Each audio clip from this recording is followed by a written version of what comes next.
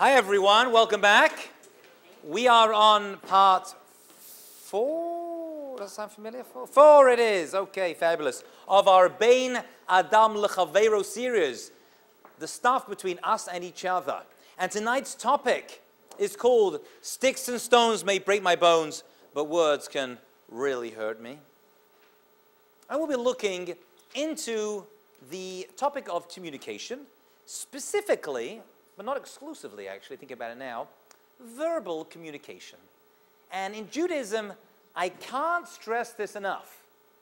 We put a lot, as we're going to see tonight, of importance on what we say, how we say it, and the repercussions from our words.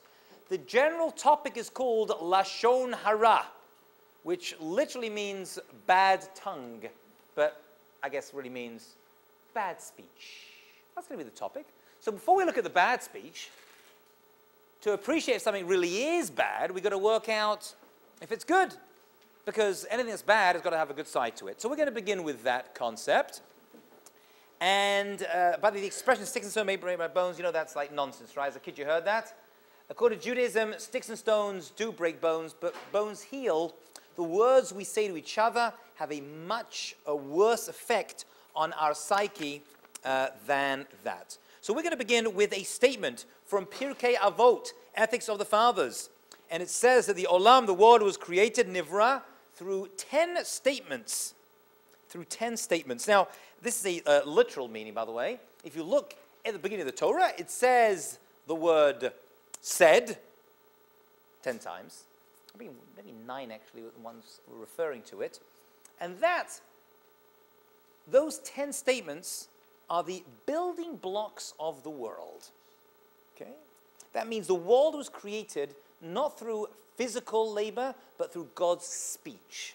So already, just from the beginning of the Torah and the Jewish sources, we already see that words aren't just things we use to describe things, and they're not just ways to communicate, which they are as well, obviously. But we're going to see they have the power to literally build. And the world we live in and walk around in, according to the deeper source, again, I don't know what that means, God spoke the world into being. That's a, by the way, do you know which letter God used to create the world? Anybody know? No, not a base. That's the first letter in the Torah, but that's not the letter he used to create the world. The letter he used was a hey. The letter hey, which is actually the easiest word to say. It's just a breath. Just comes straight out, right? According to Kabbalah, in the spiritual world was the letter Yud. But we'll leave that aside for the moment. Says Rav Chaim of Volozhin, the second source, each one of the God's statements during creation is the soul and life force of the thing that was created with it. Now, this was something you may have heard before. If you have, I apologize, I'll say it again.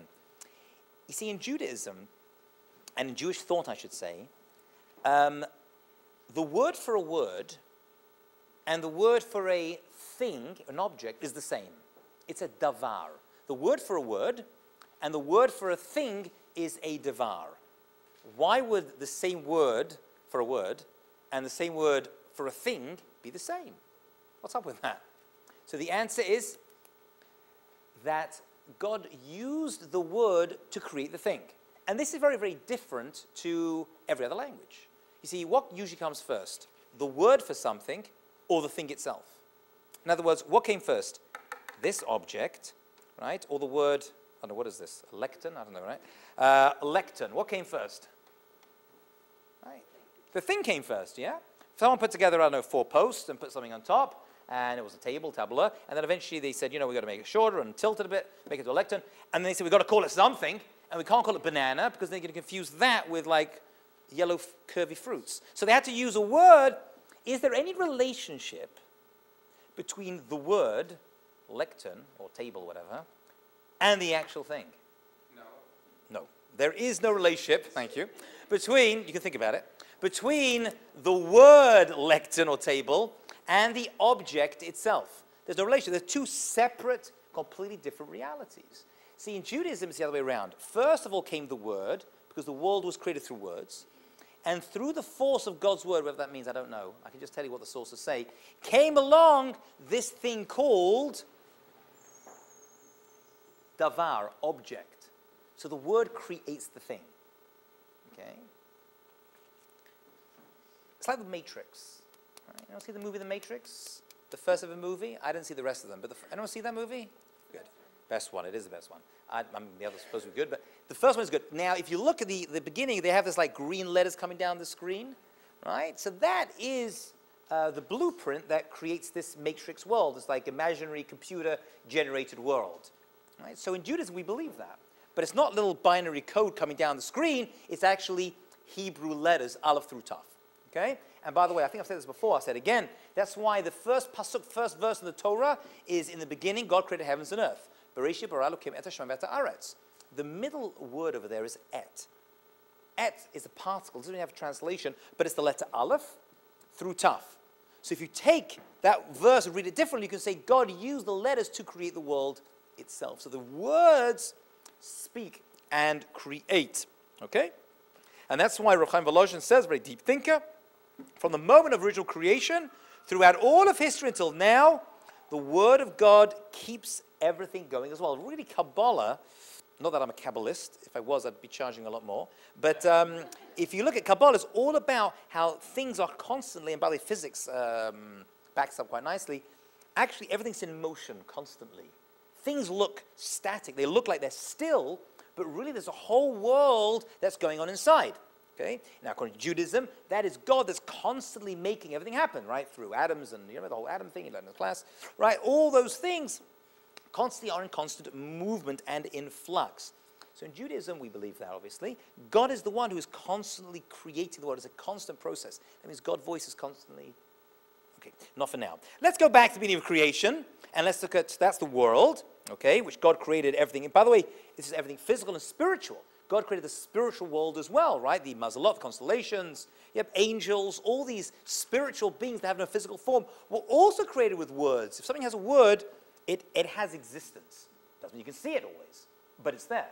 Just like I can't see atoms, I know they're there as well. Okay, let's go back to the beginning of the Torah, and let's see how mankind fits into this whole speechy thing. And it says, and the Lord God formed man from dust of the earth. We are physical in nature, and God blew the breath of life into the soul of life into his nostrils, and man became a living being. Okay, that is the quick description of mankind. There is a translation into Aramaic by a convert to Judaism. His name was Onkelos.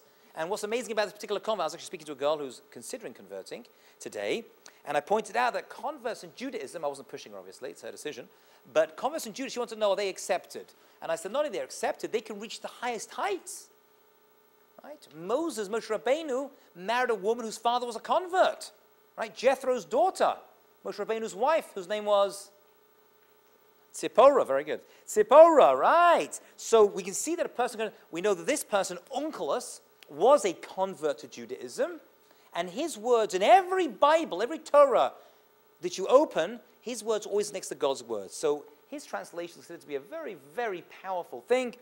And just as a side point, if a person does convert, you're not allowed to remind them of their conversion. It's in my head, I thought I'd mention it. You're not allowed to say, oh, once upon... She was Catholic once. You're not allowed to do that. A person's Jewish, they are completely in. And Onkelos is known, therefore, and they can't get out.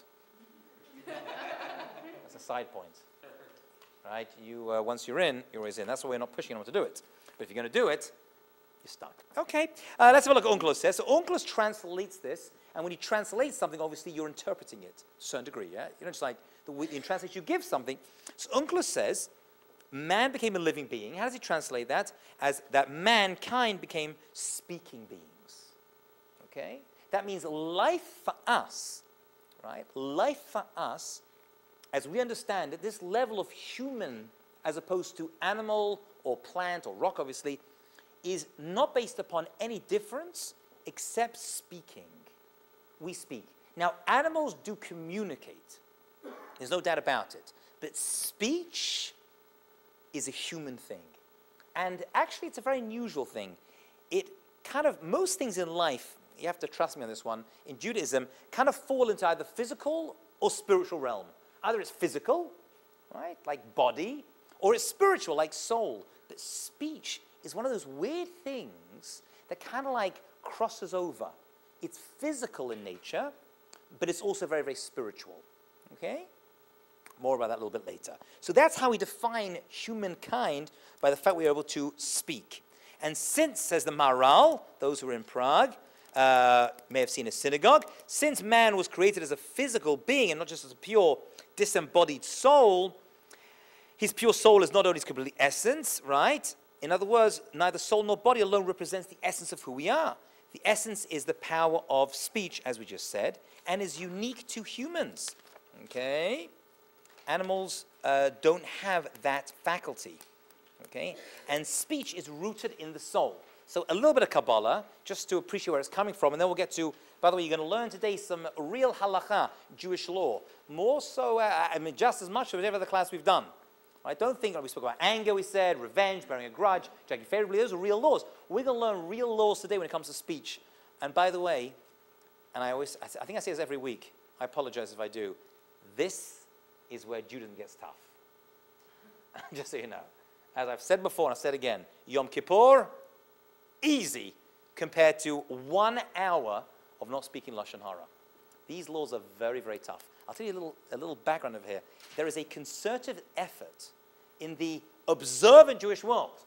Okay, now most observant Jews, they keep Shabbat and they keep kosher. These are things which for many people are like a given. You know, it's kind of what we do. You know, we pray. I every morning put on tefillin. I wouldn't not put on tefillin. I don't always feel like praying every morning, but it becomes part of your life. You hear? And I wouldn't go through a day without putting on my tefillin, you know, except Shabbat, obviously, when you don't put tefillin on. But it becomes part of your life. You know what I'm saying?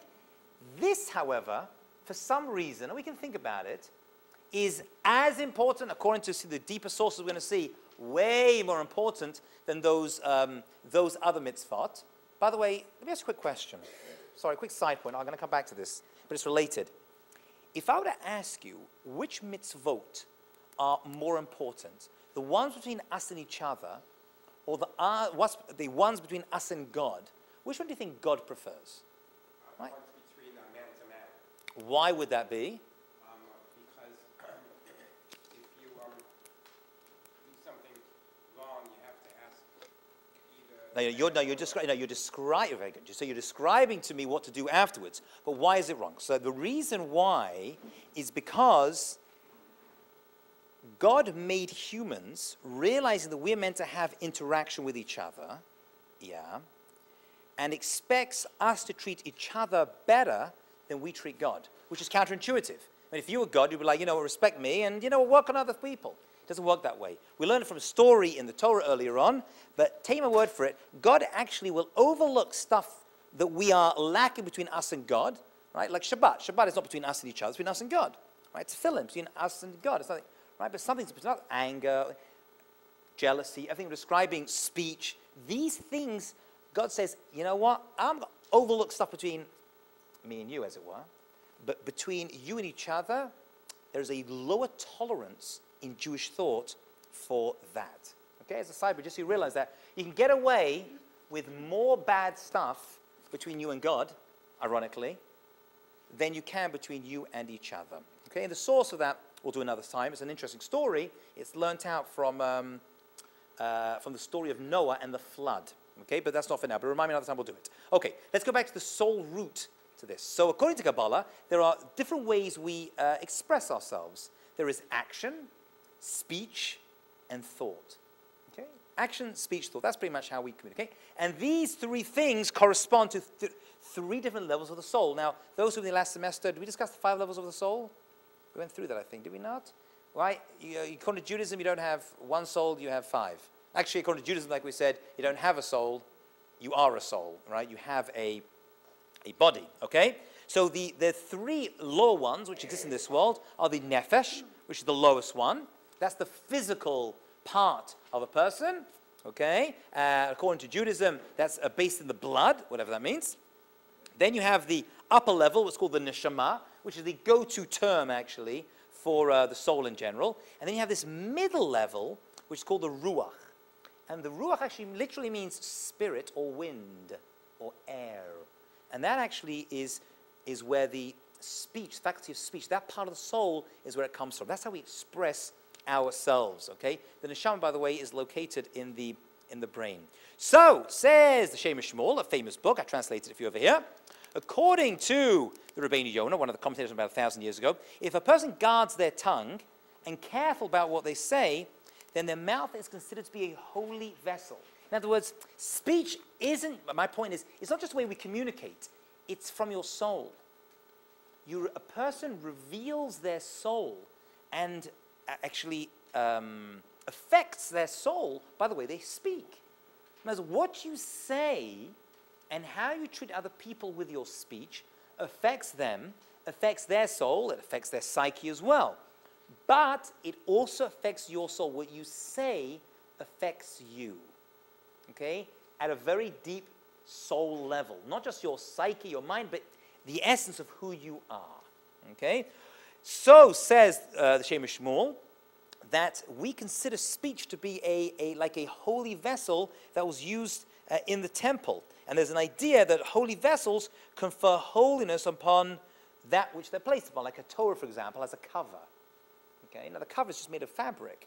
But since the cover comes into contact with the Torah, it has elements of holiness, just by its proximity to the Torah scroll as well. So, too, we know that words that come from a mouth, actually, that is holy, there is inherent holiness in it as well. Okay? Okay. So, if words can build, there has to be free will in this world. So you can learn out from that words can also destroy. And in Judaism, when we say destroy, we literally mean kill. Okay? In Judaism, we put a lot of emphasis on this. So much so that the Talmud says there are 4 transgressions for which a person pays in this world, and it affects the soul in the next world, like the worst of the sins. Idolatry, it's pretty bad, right? Jews, we're not into the whole idol thing. Maybe American idol, but not more than that. Sexual immorality, right? And murder. I mean, it doesn't get worse than those. Those are called the 3 cardinal sins. By the way, those 3, in case you're interested, are the only 3 laws in Judaism that a person should give their life up for rather than do. In other words, a person puts a gun to your head and says, kill that person, right? You're not allowed to do that, right? You have to be willing to give your life up for them. They're called yarov v'lo yavor. Give your life up for them. A person puts a gun to your head and says, bow down to that idol, right, and worship that idol. Under certain circumstances, you've got to work out what kind of idol it is, actually. Okay, Billy Idol for sure, right? You say, you know what, kill me first, rather than maybe go through that process. If a person puts a gun to your head and says, eat that, ham sandwich, the only question you should have is, where's the ketchup? Yeah? In other words, it's totally not something you give a life of. So these are really bad. Says the Talmud, Lashon Hara, this speech thing, and the Talmud says it, Talmud means it, is actually equivalent in severity to those 3. Now that is a big statement to make about saying a few words, okay? There is a story from the Holy Bible, the Torah, that gives a very unusual, there's many stories about Lashon Hara. This is one of the famous ones. And let's go back and give you a bit of context so you appreciate it more. We know that the Jewish people left Egypt, and once they left Egypt, they were ready to go into the land of Israel. And we had Moshe Rabbeinu and Moses. And Moses listened to the people. They were nervous to go in. And they said, we want to send in spies, meraglim. We want to send in spies? Okay? So Moses said, if you want to, we'll let you do it. And God said, if they want to do it, fine. But he wasn't really impressed by this desire for them to go and check out the land first. Right? Either you trust me or you don't. Okay, fine. So the mission was, who was sent on this mission? A leader from each tribe that represented the tribe. So basically everyone would say, well, you know what I'm saying, had you sent in someone from our tribe, we would have said no. Everyone was given like a representative from all the different tribes, the families, and they went in. And out of the 12 tribes, 2 came back with a good report, and 10, actually we learn out from this, I believe, the laws that 10 makes up a minyan, if you're interested, a quorum of Jewish males. 10 came back and gave a really bad report about the land of Israel. And they, as you would say in modern American vernacular, they talk trash about the land. Is that what you'd say? Smack? Smack? Trash? Is that right? What else do they say? No, don't tell me. Right. They spoke bad about the land of Israel. As in, about the land, like its trees and its earth and the buildings, the type of people that were in there. And they said that the land itself eats people. right? And they exaggerated, and they pretty much freaked out. Now, this is considered to be a terrible, terrible thing, right? First of all, didn't show faith in God, didn't trust Moses. There's a lot of stuff it's packed with Jewish paranoia, this whole story. But one thing you do learn out from the story was that the whole thing came out from bad speech. The words they used, according to one commentator actually, the Ramban, he says just one word was actually the nail in the coffin for these 10 guys. They just turned around and they just said one bad word out of the whole story, and that one word turned the whole thing into negativity, okay? And they ruined the whole thing for everyone, okay? So the 10 men descended, and Joshua was among them. He came back with a good report. And he says, we cannot go to the land. The people are too strong for us, they said. And they spoke bad about the land. The land we have passed through, it devours its inhabitants. People we saw the huge, we're like grasshoppers in their eyes. They exaggerated. Says Rashi, a land that devours its inhabitants, page 3. Rashi says, what are they talking about? He gives a little interpretation. And he says, the spies said, in every place we passed, we saw the inhabitants burying their dead, right? It's a place that kills people. Not a good place. But God did this as a favor to the spies. Actually, it was a good thing. So they'll be involved in this whole burial thing, whatever was happening over there, and wouldn't see the spies. It was actually done as a favor for them. But they didn't realize that. They didn't realize the goodness that was happening. Because of this, the Jewish people of that generation had to die out of the desert, which is why the Jewish people spent 40 years in the desert. It wasn't they didn't have GPS, right? Which wouldn't even help Jewish men because we don't trust GPS, right? Because I know better than the little thing over there. So that's not what happened. Then they get lost along the way. This was the sin that kind of knocked it in, and that entire generation had to be wiped out, and only the children of the people that left Egypt were allowed into the land of Israel. That's why it was 40 years in the desert. That's really what it was all about, okay? That's what the Talmud says very famously. The Jewish people had to wander around the desert for 40 years, and this was sealed due to Lashon Hara. One of the people who speaks, and I mean, I use this word carefully, obsessively, but in a good way, about these laws was a leader of the Jewish people, like the leader of the Jewish people before the Second World War. His name was Rabbi Yisrael Meir Kagan, right? And he was a Kohen. And he lived in a small town called Radin. Anyone heard of him? He wrote a number of books. One of the most famous books he wrote was called the Mishnah Brura, which is basically taking laws and describing the different customs and details about the laws. And pretty much anyone who studies in Shiva, especially from a rabbi to study law, studies his books. But that's not the book he's famous for. The book he's famous for is a book called the Chafetz Chaim. And that wasn't his name, but he got called the Chafetz Chaim because in Judaism you actually get named after the books you write. Yeah? It's an unusual thing. But in Judaism, you write a book and you get named by the book. So if I wrote a book on, I don't know, called 7 Habits of Highly Effective People, hey, maybe it's a good title for a book, that. Yeah, I don't know. Right? That will become my name. Hi, here comes the 7 Habits of Highly Effective People. Yeah? Not Stephen Covey, but that will become his name. Okay? Why is not for now? It's interesting. No, that actually is an acronym of their name. Yeah, yep. They wrote commentaries. Okay. They wrote commentaries. Okay, this was an actual a book on the laws of Lashon Hara, and he says this is what he became famous for. And by the way, the title Chafetz Chaim means the one who desires life. That's what it means. The one who desires and loves life. Because there's a verse in Psalms that says, "Who likes life? Who wants to live a long life? Speak well." Okay? So he wrote a lot on this, ideas and laws. We're going to look through a bunch of the laws he wrote in a couple of minutes. And he says the Jewish people were exiled from the land of Israel because of this thing called Lashon Hara. These spies were killed because of it. The Jewish people had to stay in the desert because of it. And whenever the Jewish people are kicked out of a country, it's a big statement to make. But he had very, very broad shoulders. Actually, his obituary, if you want to see it, he died right before the Second World War. It was printed up in the New York Times. And he lived in a very small town, and a very humble person, a very small house, you know. And they actually called him one of the 36 righteous individuals. There's an idea in Judaism there are 36 holy people who live in the world at any given time, in any given era, and they called him what's called the Lamed Vav Tzadikim, is what it's referred to in Judaism. So he makes a big statement. He says, whenever you see the Jewish people being kicked out of places, which has happened a bunch of times, by the way, if you look at Jewish history, this is the root reason. It's this thing of Lashon Hara. Like, what?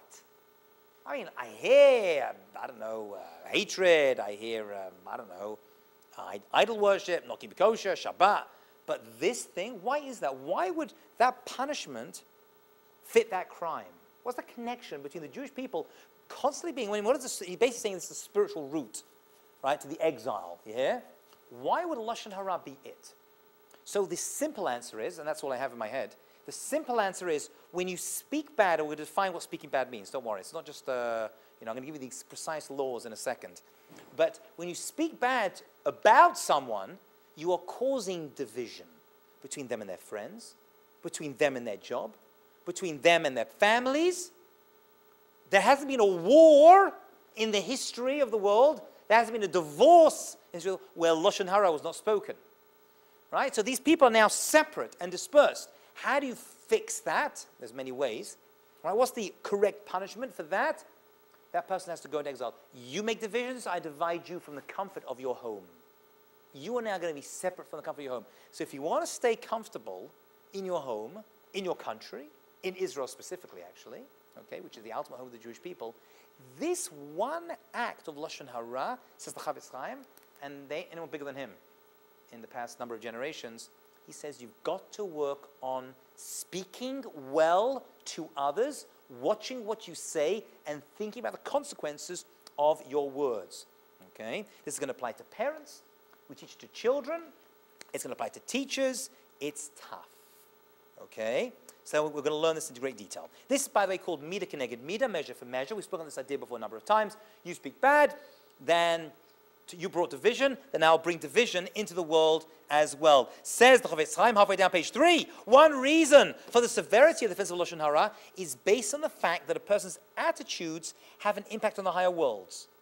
Okay, we've spoken about before, that's Mida Keneged Mida. And the type of attitudes that one has in this world causes a similar one up there. So when you speak Lashon Hara, a person activates an accusatory attitude in the higher worlds against himself and against Jewish people. Ah, that's interesting. So you speak bad against somebody, the spiritual world speaks bad against you, and you don't want that. Okay? Through his words, he gives power to the Satan, Satan, the spiritual being that wants to accuse and bring the Jewish people to trial. Not good, but words do that. Notice, by the way, what is the first prayer we say on Yom Kippur? What's it called? And remember? Is anyone there? Right, the first prayer you say on, I didn't ask for Shabbat, I asked for Yom Kippur, everyone's a shul. Kol Nidrei. Remember that one? Kol Nidrei. See, I'm not a cantor. Right, Kol Nidrei. Kol Nidrei, you know, what would be a good opener for Yom Kippur? A good opener would be like, I have sinned. Right? I am bad. Right? I don't listen to my mummy and daddy. Right? That's a good opener. They're all true. Right? But that would be like a good opener. But the first thing we do is we actually, so in other words, the beginning is like the most, that's you're feeling it the most, just fresh in there. It's about things you said. It's a speech-related thing. Kol Nidrei are all the Nedarim, all the things I promised in the past year and other verbal things I've done, and try to fix that out. That's the first thing on Yom Kippur that we are actually working on. So he says that it seems clear to me the reason the Torah views this offense so strictly is because it wakens accusatory powers against the Jewish people, he says. And he says that words are worse than physical weapons. Physical weapons can only attack a person through a certain proximity, right? That's what he says, only when you get close to someone. But words can have an impact across the world. And words are hard to take back. One second, my darling, I'm going to come to your question, I promise you. When I was a kid, this was my rabbi when I was a child, like 5, 6 years old, in yeshiva, in Jewish day school, he would say, what can we compare this to? Right? And he says, there was a story of a man who went to the rabbi and said, I spoke a lot of lashon, a lot of bad things about people, because I would like to, it's disheartening, this story, by the way, but don't worry, there's a good ending to it. He says, how can I, fix this up? So he says, take a pillow to the forest, cut the pillow open, and see what happens. So he cuts it open, and what happens? The wind comes and blows all the feathers, right, all over the whole forest. And a good rabbi did it. And he says, now go back to the forest and collect all the feathers. And he's like, you crazy? I just slept. They're going to be all over the place. He goes, that's Lashon Hara. You see, if you do a physical act, then it's like, it's easier to fix that one thing. But Lashon Hara, as you know, spreads. When you were kids, you play the whole telephone game. right? You start at one end with, I like cheeseburgers, whatever it is. We shouldn't say that. I like kosher burgers, right? And it will get passed around to, I like that girl sitting over there, whatever it was. You know what I'm saying? Like, changes completely. So this thing is true. It starts over here. There is a snowball effect that builds real things. Okay. Yes, you had a thought, comment, question? Yeah. If Lashon Hara is as bad as like killing and I think Yes. adultery and all Yes. those things, Yeah. so then why do you think it's not one of the Ten Commandments? That's a great question. That's a great question. Why is it on the Ten Commandments? Well, first, with the Ten Commandments are not the top 10 mitzvot in the Torah. Okay? Kosher is also not there, but that's also very, very important. See, people mistake the Ten Commandments because in the Christian world, that's pretty much all they have, right? The Ten Commandments are only commandments which they got from us. See, for us, the Ten Commandments aren't the top, they're not like David Letterman's top 10 list. Right? The Ten Commandments, which maybe we'll speak about again in future courses, are really the roots of all the other laws. Okay? The roots of all the other laws. So don't see the Ten Commandments as being the most important. They're definitely big, but they're not everything. Okay? They're just 10. You probably connect Lashon Hara to a lot of them. Yep. Do not kill is there. That's referring to physical killing. What the Chavetz Chaim does, though, he connects it to most negative traits. Okay? And listen, Ten Commandments also doesn't say don't get angry. Okay? It does say don't be jealous, which we're going to speak about next week, actually. There it is mentioned. Okay? It is there. Okay. Let's run through the 5 different types of Lashon Hara as they exist, okay? So follow, this is Jewish law. Number 1, it's Rechilut. Rechilut. And this is based on a verse of the Torah where it says in the Torah, in the book of Leviticus, where we're getting most of these laws from, do not peddle gossip among the people. I am God. What's peddling? Why peddle? What's peddle mean? Well, peddling is like a bike, but it's also people would peddle goods. So the commentators say that people would actually peddle gossip. Right? Gossip mongers, they would actually trade it, you hear? And they would go around. And this, I mean, it's hard to translate the word rechilut, but I'll define it for you. It's speech that causes disputes. Okay, says Rav Yosef Karo, the Shulchan Aruch, he says, one who peddles gossip refers to a person who says, Mina Joy, do you know what that girl said about you? She said, okay, and I list off a whole bunch of, okay, and what's that going to do between you and her? Oh yeah, that's it, right? The claw is going to come out, and it's over, okay? Now, here's an interesting thing. Did she really say that about you? Let's say that. I'm using you as an example because no one would ever say a bad thing about you. But did she, in this case we're creating over here, in this theoretical formula world we've created, did she really say those words about you? Probably not in that sense. So in that sense, you would think not. The answer is, in order to be rechilut, or we'll see in a moment Lashon Hara, it has to be true. It has to be true. That means she did say it. Now, this is very different to, in American law, we have something called libel. If I can prove libel actually happened, then it ain't libel, right? Because libel, by definition, is going to be something that did not occur. In this case, they did. So she said smack about Mina Joy. Oh, no. I'm all over that. And I come, Mina Joy, do you know what she said about you? She said, do-do-do-do-do. And she did. It's true. That's rechilus.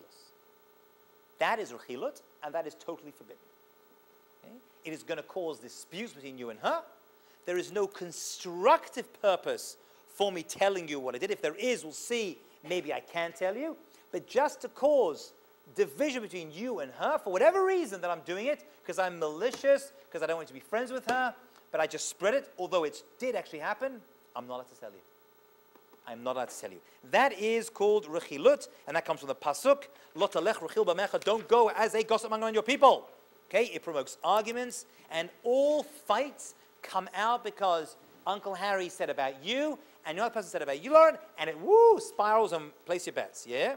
Okay, that's number 1. Number 2 is Lashon Hara. Now, Lashon Hara is the go-to term for all 5, but it is actually something specific, and it's slightly different. In this case, I go up to you, and I say to you, Jessica, that girl over there, she is, not him in particular, that girl outside, she is crazy. Woo! You know what? She is terrible, okay? I don't like her. I don't want to be with her. okay, and I just talk smack, right, about her. That would be Lashon Hara. Everything I've told you is true. She is a loser and she's mean and she's nasty. I'm not allowed to say it. Now, this is important. When is it actually Lashon Hara? So it's Lashon Hara when there is going to be some damage to her through our speaking about her. Okay? That damage could be physical, it could be emotional, it could be psychological. Okay? It would be forbidden for that reason. Anything that we say that could end up hurting her in some way is bad. Now, here's a thing. I'll come to your question 1 second, my darling. There are 3 people involved in the scenario I just gave you. Just follow carefully. I know it's complicated, but it's good stuff. There are 3 people involved in this. There's me, there's you, and there's her. I am the speaker, you are the listener, and she is the one being spoken about, with the subject of which she's being spoken about. Of the 3, which one do you think is the worst? Of the 3, me the speaker, you the listener, or her the one being spoken about, who would you say is the worst? Jason, what do you think? That's tough. It is tough. Probably the one speaking. You would have thought the one speaking, because had I not opened my fat yap, right, my big mouth, then this whole thing would have happened. So according to Judaism, I'm not the worst. Who is the worst of all 3? The makabel. The listener is worse than the one who spoke. Why is that? It didn't do anything. It just stood there. Just listen. I'll tell you why. So one is the information does not spread unless you have one person who is there. Okay? It's called the makabel. Now, you also have a choice. I already made my mind up about that person, but you haven't.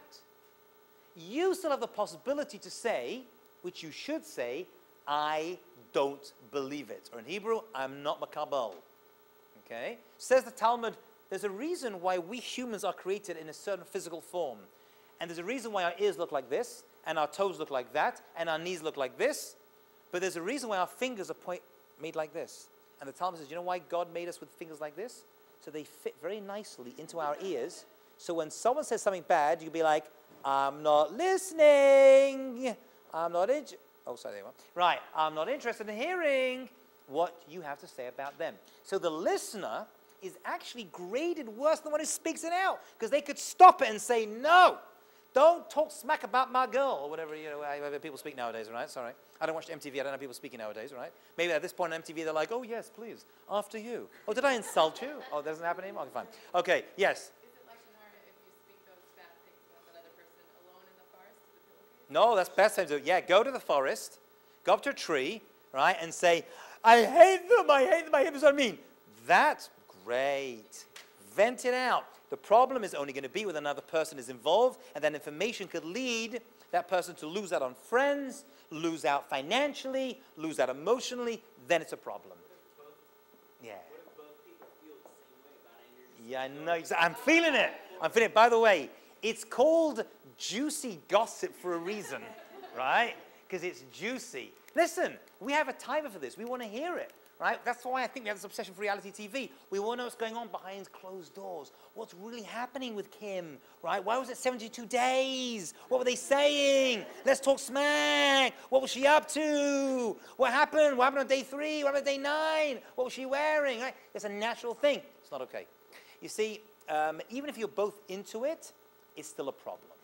Now, we're going to see later on, hold your horses, right? We're going to see that for constructive purposes or intent, it's going to be okay. And we're not saying, by the way, that you have to keep your mouth shut the whole time.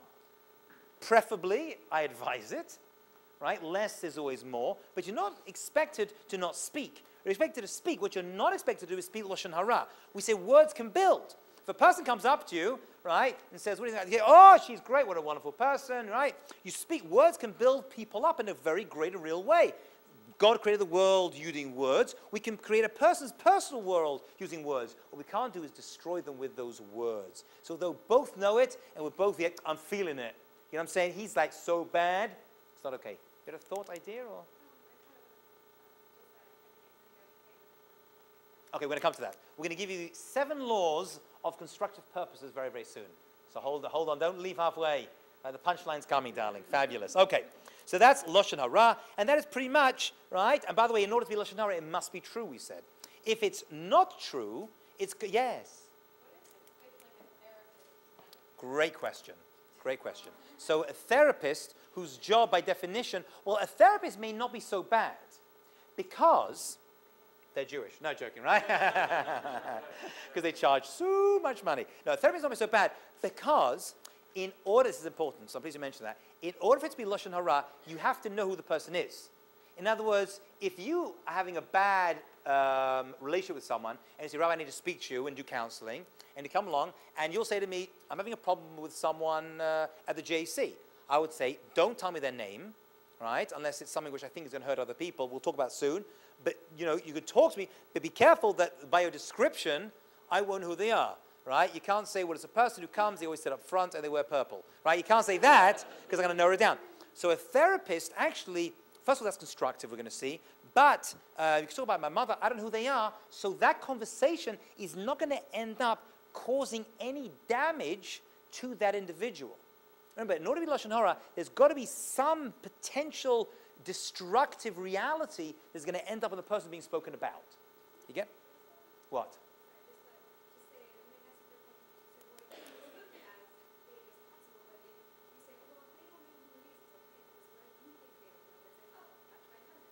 Right. Oh, so yeah, who is saying? Like you're describing someone. So I hear. And still, in that situation, listen, that's onus. In other words, you were forced into it. You didn't plan it that way. Happens to know every Jew in the city, and he has to figure it out.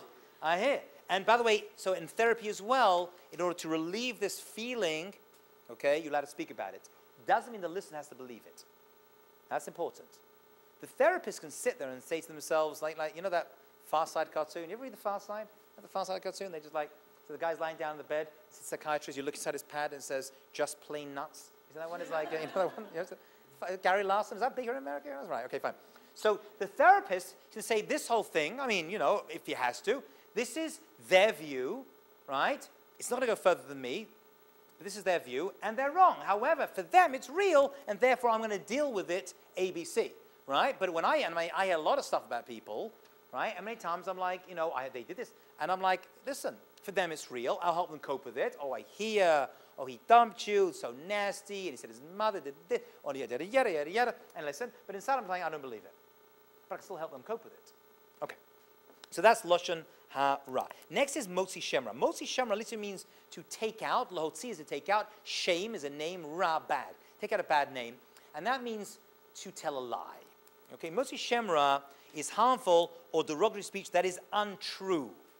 Okay? So in that case, I basically lie about someone. And lying, interestingly enough, is a problem because it comes from Lashon Hara. Right? People mistakenly think lying is part of the Ten Commandments. It's not. Over there, that is perjury in a Jewish court of law. That's in the Ten Commandments. Lying, however, falls under the category of Lashon Hara. However, we're going to see there are times when lying is permitted.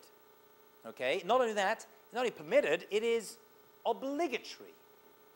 There'll be times when you have to lie in order to save a bigger problem that could come out of it. Like when my wife says, did you leave that over there? The cookies next to the kids. So now it's all over the floor. I'm able to say, no, it was somebody. I know, that would be a problem. Thinking about it, not a good example. But possibly, to jokes aside, for Shalom Bayit, for example, not every truth has to be told. Now, just as a point, this is important. People think that since you can't lie, you must always tell the truth, okay? You don't need to tell your spouse, your girlfriend, your boyfriend, your children, everything, right? What you do tell them, you should try to be truthful, but they don't have to hear everything, okay? So it's a fine line over here, but just being I guess in America they call it slander, right? You can't be slanderous, you can't, that's libel. Just bring out a false claim against someone else is forbidden. Then there's number 4. And number 4 is something which unfortunately has been left behind for too many, I don't know why, but it's called Onat Devarim. And this is basically any speech that causes a person pain, that embarrasses them, that upsets them, that you say to them, okay, to their face, is a form of Lashon Hara, right? Like, oh my goodness, you look terrible in that. Actually, that could be a mitzvah, I think about it at certain times. But generally speaking, if you know what you're going to say is going to upset someone, embarrass them, or cursing, okay, is something that we would fall under this idea of onat devarim, speaking in a certain way. And that comes from the Torah, and it says you cannot aggrieve your fellow, you shall fear God. And the Talmud says causing emotional distress with your words is a big, big problem. Number 5 in the last category, these are broad categories, but you're getting the headlines, is an unusual one. And the Rambam says that everyone, most people will speak Lashon Hara. There'll be some holy people. One of my rabbis in Israel, Yeshiva, he would give classes. There's law books. Chafetz Chaim's book. You learn through the laws, even in English, by the way. There's actually the Chafetz Chaim, this guy we spoke about, this rabbi, Foundation. And this is an organization near where I live, run by a very, very holy Jew who I know. And they run seminars for Jewish people on speech. Like a lot of them, weekends away and class and programs. You can check out, they have tapes and CDs or whatever they have nowadays. You hear and you download stuff about this idea of speech. So most people, this rabbi by the way in Israel, his name was Rabbi Samit. He was a rabbi in Or Sameach, and I studied there for a while. And he was an expert in laws, a very, very verbal person. He spoke a lot, but never a word of Lashon Hara would pass his lips. You know what that is? And when I say it, I mean it. Never, this is what they say about him, okay? And what I witnessed in the years I was studying there, never a bad word in any of these categories would come out of his lips. The 5th one is the trickiest. It's the least problematic of the 5, but it's something which everyone pretty much does. And it's called avak Lashon Hara, which literally means the dust of Lashon Hara. Give me 5 more minutes. The dust of Lashon Hara. And this one is tricky. You see, turn to page 5 for examples of this. When you say to someone, wow, who would have thought that so-and-so would turn out like they are today? Now, when you say that, there are implications that they weren't so good.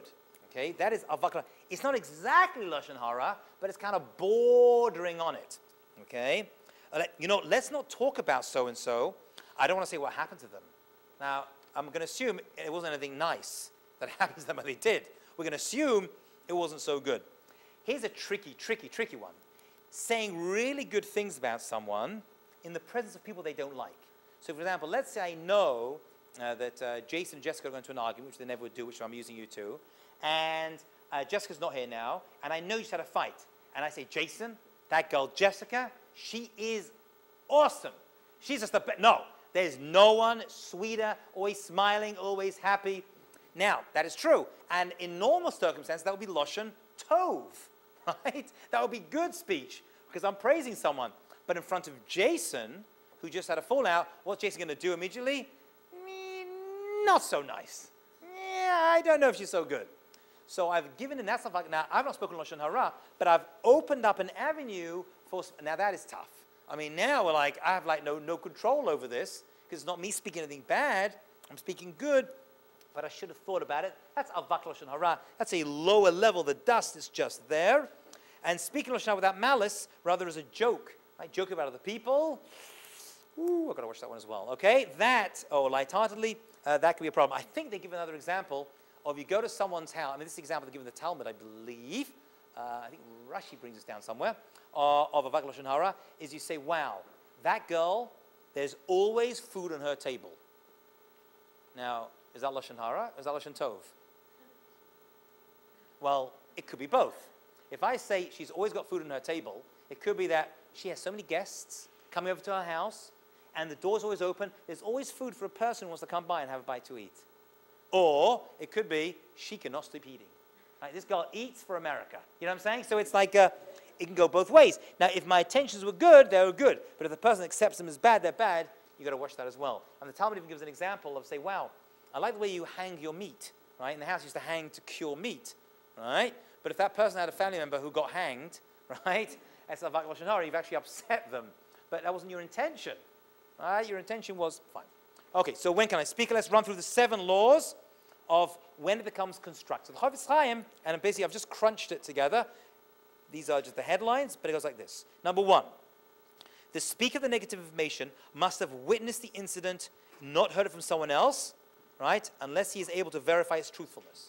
First hand. I can't say, you know what I heard about so-and-so? And I start to, all right? By the way, if someone comes to you and says they wanted to go into business with someone, and I'm like, what's the name? They're like, Madoff. Okay? Now, can I speak Lashon Hara and say, oh my goodness, he's terrible? Or can't speak Lashon Hara, the rabbi says. I've got to speak Lashon Tov over here. Oh, great guy. Give him all your money. Right? I can't speak Lashon Hara. No, that's a terrible, terrible sin. Because I'll make you invest in someone because I don't want to speak bad. But in order to tell you that information about Bernie, I've got to have the following 7 rules. Number 1, it's got to be firsthand. I've got to actually know it. I don't have much time. I've got to actually know it, or it's so out there, and it's such a given, right? And he's in prison, running a money fund out of, wherever he is, Sing Sing, that I have to know it almost firsthand. Number 1. Number 2, a person must calmly think over whether or not the incident actually constitutes a theft, damage, or wrongdoing. Okay? In other words, what did they do? What am I talking about? Is it really wrong? Now, in the case of Bernie Madoff, taking money from innocent people, yep, that's pretty bad. Okay? Sometimes, however, maybe, you know what? It's open. Most of life is more subtle than that. Okay? You have to examine the issues from all 4 sides before you, or 6 sides, all right, before you end up trying to rate the information. You have to try to approach the offender themselves. Okay? Say, listen, you're not a good person. You have problems with business. Don't go into business with this person. You hear? It's not right. If you're able to, if you think your words will be accepted. If your words aren't going to be accepted, don't even bother. We should at least try to speak to the person and say, listen, you've got to stop doing that. Because if you don't, I'm going to have to tell people what you're doing. And if you keep being nasty in relationships, people ask me, can I date this person? What do you think?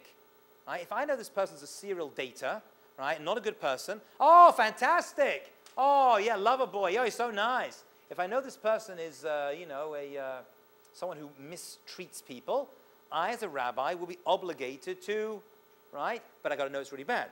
In other words, how do I know this person's bad? So I got to investigate it to see whether this person really did what every girl he's dated accused them of actually doing. Yeah? Okay. So I approach the offender themselves and say, listen, maybe we should date a person properly. And I say, oh, yeah, Rabbi. So you got to watch out for that. Number 4, you cannot exaggerate. Right? If I hear someone did something bad to someone, right, and I want to relay that to someone else for constructive purposes, I can't say, OMG. You won't believe what this guy, you can't exaggerate it, right? Like they stole $50, all the money's gone. You know what I'm saying? You can't, you've got to stick to the facts. Number 5, this is very difficult. Your intent, when you speak the Lashon Hara, when I relay to a person something bad about somebody else, I can't have any joy in doing it. This is difficult because there's a certain thrill we get by saying bad things about people. Unfortunately, it seems to be the natural condition. Okay? I should do it because I want to help this person. I don't want them to get hurt by this person. I'm trying to be leto'elet in Hebrew, constructive purpose, and that should be running through my head. Number 6, if there's any other way to achieve results, without speaking Lashon Hara about this person, right, then I should try to do it that way. In other words, if I can somehow get this person, put him in a crate, and send him to Thailand, I should try to do that. But if I can't protect, right, this person the other way, now there's every other effort, then I've got to come in through the back door. And finally, number 7, it must be clear that the consequences the offender will suffer will be no more severe than those they would face if they were brought to a Jewish court of law. In other words, I've got to think about the consequences, because if you speak Lashon Hara and you say don't do business with this person, you're going to tell other people as well, and it can end up ruining this person's life as well. Those are the 7 laws, right? The 7, ideas that should be going through your head before you end up. So, for example, let's take an example. Mina, Joy, you are a teacher, okay? And you have a kid in your class who took, and this would never happen, but took some markers, right, and drew all over a little girl's hair and all over her clothing, okay? Now, you now have a problem. Can you report that information, or can you not report that information? If you go up to someone, right, like their parent or the principal of the school to report this, you're speaking Lashon Hara. That child is now going to be punished. They're going to get physical. Their parents are going to them, or maybe in your kids' school, they get praised for this, you know. Should use different colors, who knows what you're dealing with. But either way, it's not going to be good for this child. So I have to do it. So you have to follow through here. Number one, firsthand. Are you sure it was them? You've got to see it with your eyes or get first-hand information that it was actually them, okay? Kids can lie. It was them, really it was me, okay? 2, think calmly. Was it really bad? Drawing on hair, clothing, yeah, bad. Number 3, okay? You approach the kid themselves. You did something really wrong. You wanted to apologize. Oh, I didn't do it, miss. Me and Joy, I didn't do a promise. Right? Fine, didn't work. Next, you can't exaggerate. This kid, oh my goodness. There was like markers everywhere. The whole place, that school is trashed because of this kid. You say exactly what they did. They took markers, it was this color, and it went on this part and the hair. Don't exaggerate it. You can't enjoy it. Haha, that little brat. All right? I'm going to get Sefer. I'm going to kill that little kid for what he did. You can't enjoy it. You've got to try to reduce that down. If you can get the same results by telling them, in other words, if you can somehow get the child to be okay with it, clean their hair out, and make sure this won't happen again, if you're able to do it that way, then you shouldn't report it. Unlikely. And number 7, if you think the consequence, if they get kicked out of the school or real bad consequence what they've done, then maybe you have to think about it as well. Those are the 7 constructive ways to speak Lashon Hara. That is the end. Next week, we'll be doing our last class. Is that right? Which will be on happiness. Have a great and successful